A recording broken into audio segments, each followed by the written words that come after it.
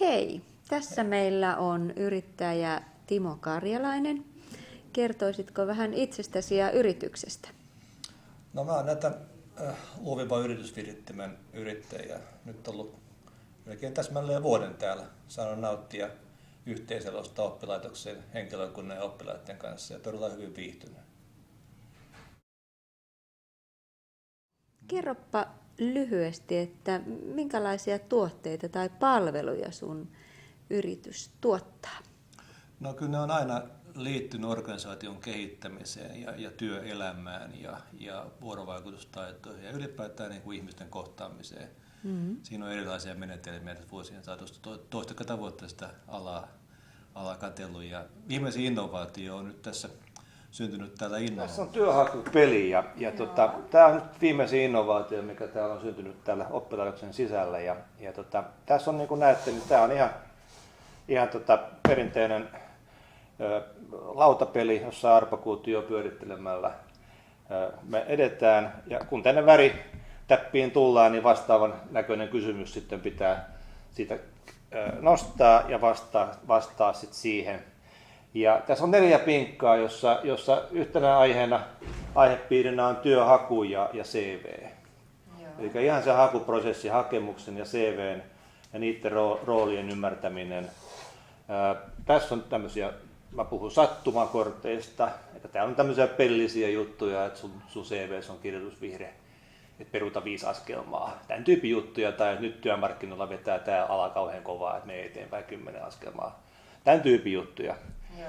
Sitten on aika mielenkiintoisena pidetty tätä työhaastattelupinkkaa, jossa on niitä aitoja kysymyksiä, niitä avoimia, aika hankalia kysymyksiä, joille niihin osaa ennakoida, niin tästä joutuu vastaamaan niihin, että mitkä on sun vahvuudet ja tämän tyypin kysymyksiin. Niitä on tässä aikamoinen pinkka. Sitten täällä on laudalla on näitä stoppipaikkoja, yhteensä 12 kappaletta. Ne on silleen pakotettu, että niiden ohi ei voi vaikka tuosta heittää kutosen, niin joutuu stoppaamaan.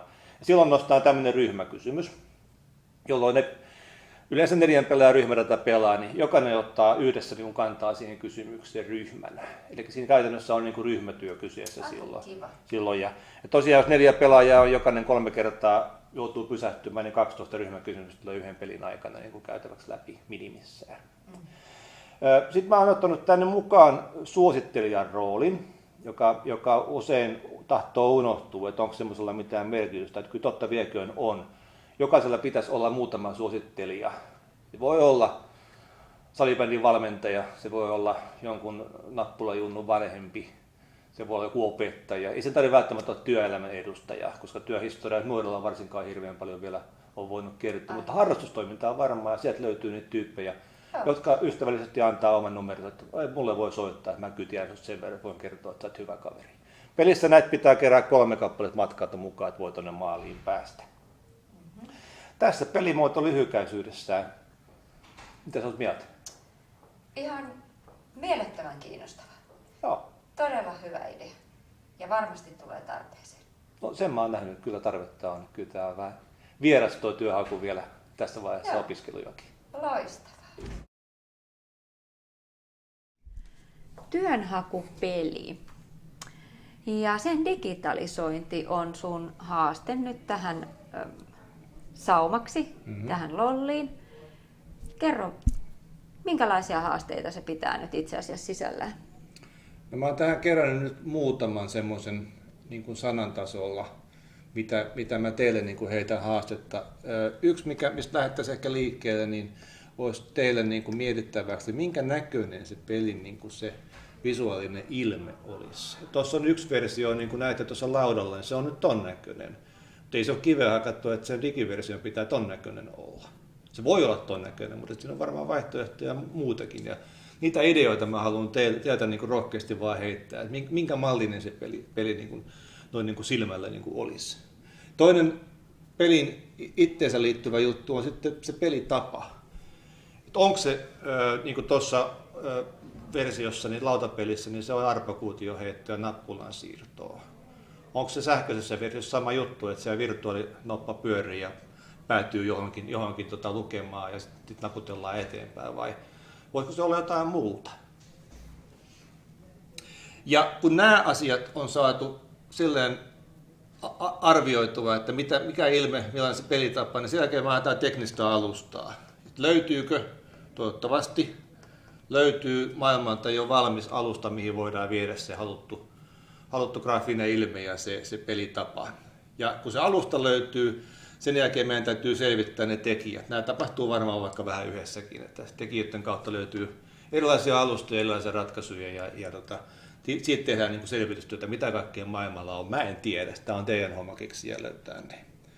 Ja sitten tärkeä asia on tietenkin sit se, että ei tätä niin harrastustoimintana tehdä, vaan tämä koitetaan niin tehdä ihan palkkatyötä. Eli mikä se ansaintalogiikka on?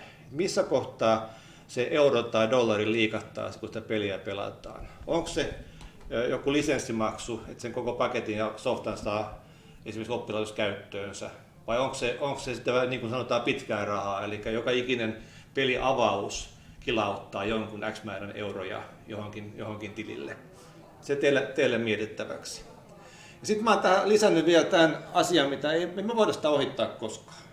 Markkinoinnin tulee väkisin jossain vaiheessa mukaan, että tätä on turha tehdä, jos me ei tänne mennä. Siksi mä oon ottanut tähän teille mukaan vähän lisää pureskeltavaa. Tässäkin on hommaa jo paljon. Mutta kun tämä puoli on käyty läpi, me ollaan markkinoinnin maailmassa. Miten me kerrotaan tästä hienosta jutusta, mitä me ollaan saatu aikaan? Onko sosiaalinen media? Tämä tulee mulla ekana mieleen. Mä en ole hirveän taitava tämän kanssa. Teillä on varmaan tähän lukematon määrä fiksumpia juttuja, mitä mulla on taskussa. Mä haluan kuulla niitä. Mun perinteinen tapa lähestyä on messuilla, ihmisten kohtaaminen messuilla. Tai onko tänä päivänä tuommoinen perinteinen paperikirje sitten jo fiksumpi tapa lähestyä kuin maili? Musta vähän tuntuu, että tämä alkaa tulla takaisin. Se on kiva saada henkilökohtainen kirje, se tulee avattua aina. Tulee tänä päivänä sen verran vähemmän laskujen lisäksi. Ja sitten teiltä fressejä ajatuksia, mitä muuta se voisi olla? Se voisi lukea täälläkin, mitä muuta nämä voisi olla. Tuottakaa rohkeasti, nyt täytyy uskaltaa tehdä mokia. Tämä on nyt hyvien mokausten paikka ja sieltä poimitaan joku helmi. Se on hyvä tilanne nyt niin kuin vaan avata pää ja heittää ideoita ilmaan. Mä luotan siihen, että teiltä tulee nyt fressejä ajatuksia enemmän kuin muuta enää tulee. Että mä toivotan hyvää onnea teidän projektille ja on käytettävissä totta kai koko ajan tässä matkalla. Että on täällä talossa joka päivä löydettävissä, että ottakaa hiasta kiinni ja kyllä me tässä törmäillään ja pelaillaankin ihan varmasti. Okei, onko jotain reunaehtoja tai rajoitteita, mitä olisi hyvä huomioida näissä ratkaisuissa?